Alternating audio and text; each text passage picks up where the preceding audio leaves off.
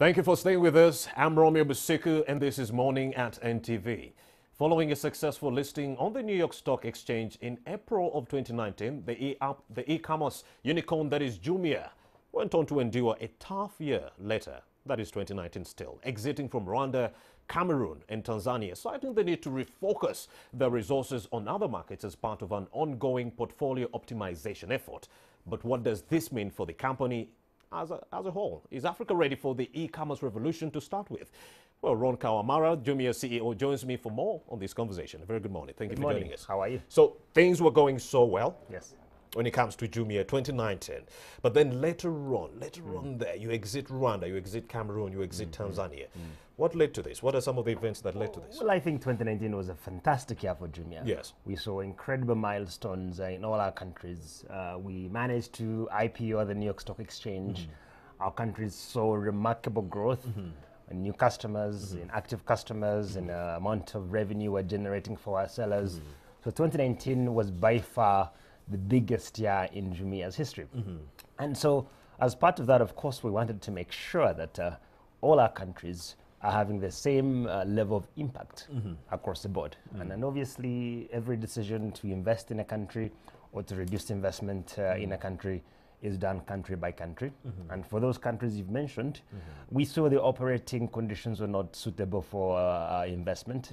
And we decided to refocus our investment, refocus our teams, our technology on countries like Uganda, which were generating the level of impact we wanted to continue to generate.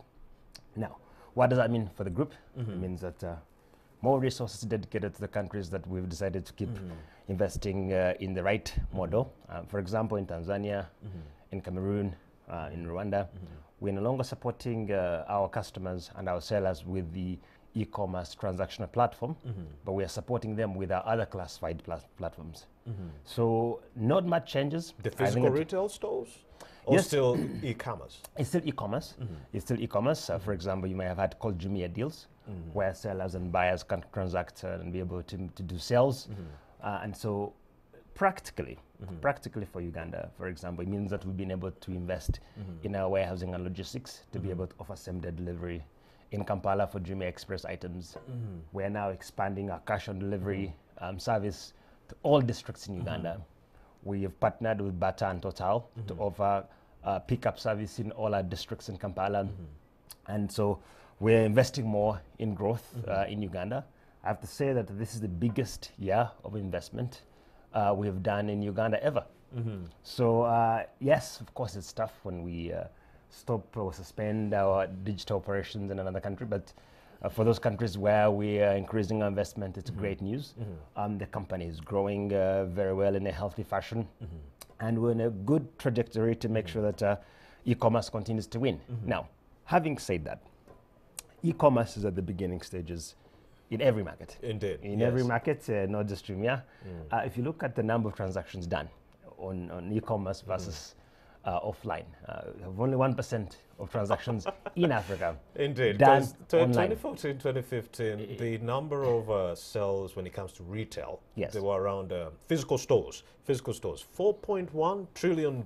Exactly. And when it comes to e-commerce, Yes. $1.3 trillion. But then you've tried to progress. We're And in trying 2020, to right about now, progress, the yes. projections are around $4 trillion US dollars. Yes. E-commerce is projected to grow $4 trillion US dollars. Yes. How are you prepared to cash in on that? Well, number one, I think go where the numbers are. For example, up until end of last year, we had almost 5 million active users on Jumia. Now, that is only a small portion of people that we attract to our platforms. Jumia in Uganda has the largest number of traffic in the country than any other site locally, so we get more users on the site. Across our markets, we have about 100 million users or people who go to our website. Those numbers are huge, only rivaled by Facebook. So we know that people are going to Jumia. People want to use. Now this year, we're focused on bringing more services, bringing in more engagement opportunities. For example, in Uganda, we're going to launch Jumia Pay, then Jumia One, which allows people to do more than shopping online. You can load airtime, you can pay for DSTV, you can pay your bills. We want to make sure that Jumia is a one-stop shop for everything lifestyle related. We know that buying is not enough for people. People want to go to a place whereby there's more services, more offers, more products. And I think that the show in the context of Uganda, when we started 2019, we had only about a couple 100,000 products available on Jumia. Today, we have way more than 1 million products available on Jumia. Different, unique SKUs sold on Jumia. There's no shop in Uganda by far that will ever get to 1 million possible SKUs available in the country.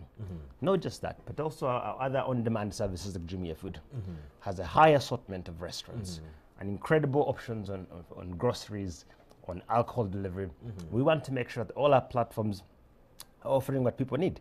Then we realized actually that our business was mainly centered around Kampala and the surrounding areas. Yes. So we decided to invest in cash on delivery in every district, pickup stations in every district. E-commerce is hard. So you have to invest in the right place at the right time. And I think that for Uganda, 2020, even though 2019 was great, but 2020 will be a fantastic year for e-commerce, for shoppers. And what I've seen, we do these surveys all the time. Customers who are buying on Jumia are very happy with the service. True. They're very happy with the products. 92% of them recommend us to their family and friends. And so we need to maintain that while expanding the assortment and the options and the region reach of our customers. What policies do you think government needs to implement to allow the adoption of e-commerce business? Well, I think given that how small e-commerce is, government needs to put in place policies that encourage people to use ICT. Like? So for example, I mean, obviously, we need to make sure there's no barriers between people and internet. And there's been a few of those, whether it's taxes, whether it's OTT, whether it's, you name it. Now, OTT is shifting on bundles, and it's those bundles that your customers use to actually make those orders. Don't you think it will affect your business? I will not speak about the direct impact of that on our business. However, I'll say that anything that makes it harder, more expensive for people to buy or go online is an impediment to overall the growth sector of e-commerce and ICT. And we encourage government and the private sector to work together to make sure that we make it easy for people to trade online. We make it easier for people to sell online because it's where the economy is, it's where we're going. You know, 20% of all transactions in China happen online. Indeed. 15% of those in US and North America, and Europe happen online. Uganda and Africa has a long ways to go. E-commerce alone, Jumia alone, cannot do it. So let's talk about that. The fact that physical retail stores are declining a bit, but then it has not dampened its popularity. Why is that? Why is it that we continue to see the growth of e-commerce in Africa, but then we still see the popularity of physical retail stores just still up there? What could be the problem? Well, I think some people create this false dichotomy that for Jumia to succeed or for e-commerce to succeed, the brick and mortar must fail. I think we can coexist because who is Jumia? Jumia is a conglomerate of sellers, small and big, who have the big shops, the small shops who are selling online. We enable these sellers to reach more customers through our technology, through our marketing reach, through our logistics. So yes, we anticipate that as Jumia grows, as e-commerce grows, that the same people who are selling offline will be selling online. So we are happy that the brick and mortar is doing well, and our goal is to support them to grow even more. And so there's no dichotomy at all. What should your customers look forward to in 2020? It's a major year, I'm telling you. 2020 is big, and we are saying that this year you'll see Jumia reach in places we've never been before, especially up country. We want to bring more products. We're adding more services. We're adding on Jumia Pay, which allows our customers to pay us with Visa, MasterCard, allows them to pay with mobile money, whether it's MTN and all the other smaller players. We want to make sure that you have cash on delivery wherever you are. You're able to access our pickup service in every part of the country. So there's no reason why people cannot try Jumia this year. I think this year is going to be great for e-commerce. Our products are becoming more on the platform. They're becoming cheaper. Our vendors are happier, giving out more discounts. We have bigger campaigns planned this year. We have Tech Week, which is happening next month. We have, of course, the same usual deals and the same usual products we roll out every year. But 2020 for Uganda is huge for us because our investment is bigger in logistics, in warehousing, in our teams, in our expanding up country, and in our marketing for growth. One thing that the viewer might not know who is watching right now and might be interested in joining e-commerce is that you can actually start an e-commerce business alone without anyone's input. So help us understand that. Well, I think, number one, you look at e-commerce. It's very cheap to start. As a great equalizer. It's very, very cheap to start. It's a great equalizer. Because you don't need... You have a retail store. Yes. Opening up a retail store, you need hundreds of thousands of shillings to start that Millions. store. You need to pay the landlord, you need to pay the space, you need to get the merchandise. But for an online store, I'm telling you, you could just have on your phone, get an order. You might not even have the merchandise. Go buy it, get it, and then give it to the client. Help us understand the dynamics, because we would want the young people out there who are watching. It's January. You understand? It's January. The young people are out there at home. They have nothing to do, some of them, and they might want to start up this e-commerce venture. What advice would you have for them? How easy is it to start this business, and how can they sustain the whole venture? Well, I think, as I was saying, e-commerce is the great equalizer. Whether you have millions of shillings or hundreds of millions or 100 shillings, you have a chance.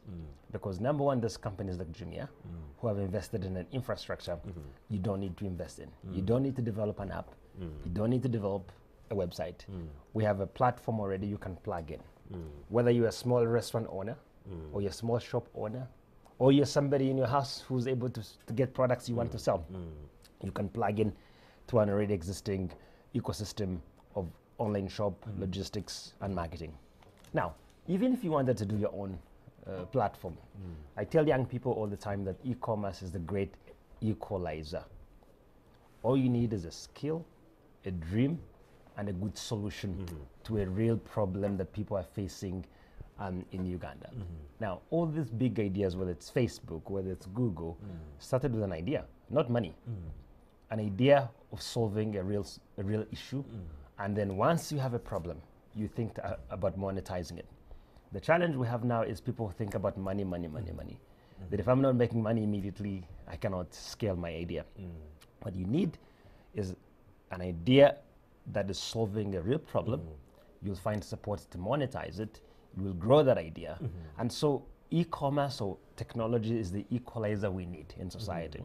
That's why it's important that governments and schools and private sector work together to make sure that young people have an opportunity to develop their ideas. At Jumia, we do that. We bring in a lot of young people.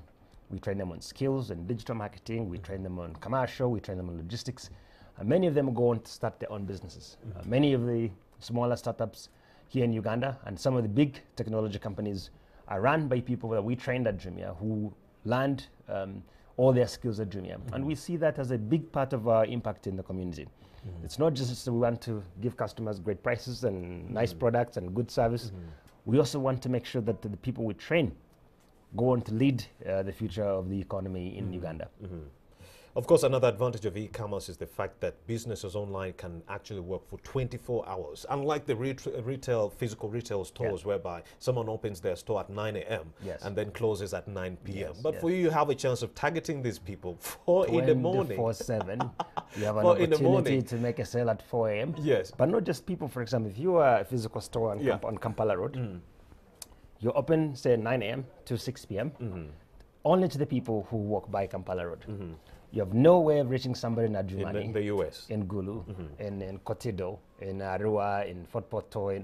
So the reach that e-commerce gives you, the reach of ICT is immense. And I think that's why we've seen Jumia become extremely successful in Uganda, is that we're providing our sellers with an incredible reach to make more sales. And as a result, we hold them responsible to the quality of the products they sell on the platform. We negotiate them low to make sure our customers get the best pricing in Uganda. And obviously to make sure that the protections, the warranty for the products listed on the platform, the protections on 7 to 14 days return. So if you're selling on Jumia, we say we don't care. Okay, as we wrap up, Mr. You need to give our customers 7 to 14 days to return a product. With no questions asked. And that for us is very important for our customers. As we wrap up, let's talk about the limitations of e-commerce. Besides impatient customers, what are some of the other limitations of using the e-commerce business? Well, in less than 2 minutes. Well, I think the impediment, why is it, just to be clear, obviously, the challenges we face in the economy, obviously we live in this country whereby infrastructure is still on the upcoming, the address system is not there yet. So it makes it difficult, it makes it more expensive for us to be able to distribute products in all areas of Uganda at the right speed. And obviously that's a barrier to our growth. And I think we've invested smartly in technology, making sure that we're able to equip our logistics providers, our warehousing teams to be able to beat the impediments that the infrastructure gives. And obviously, another barrier we have is obviously the expense on the internet. Internet is still expensive for our users, for our sellers, and so it makes it that much harder to expand as fast as we'd like. But because of our investors, because of the strategy to grow Uganda, we're investing to overcome those challenges. The resilience. And so we think that 2020 will be the biggest year yet for the sector and for Jumia. Strong words. And our customers will be extremely happy, and our sellers will be extremely happy with our 2020 plans. Indeed. Strong words from Jumia's CEO, Ron Kawamara. He's been very kind to grace us right here in our studios. Thank you very much for having made the time. Thank you so much. So the conversation has been centered on on e-commerce in Africa as a whole. Are we ready for the whole revolution of e-commerce in that regard? Now remember, to just start an e-commerce business, you do not need 100 people. You just need yourself and your vision. Maybe later on, when you want to actually maximize, that's when you can get those people on board. But then it gives you more time to get the best people that you need for your business. So that's some of the advantages of running an e-business. Now, you're still watching Morning at NTV. Let's take another short break. We'll be right back with a lot more. Don't move a muscle.